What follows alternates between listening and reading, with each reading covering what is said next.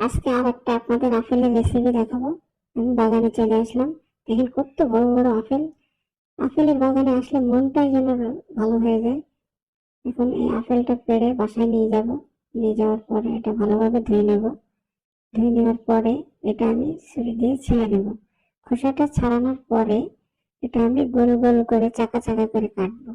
কাটার পরে এটা আমি মাঝখান থেকে গোল করে নেব চাকার মতো।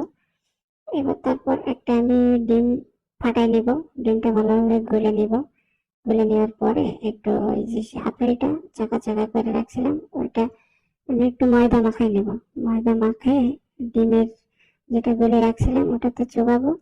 চোবাইয়ে আমি কড়াইয়ের ভিতরে ভালো করে তেলে ভেজে নেব।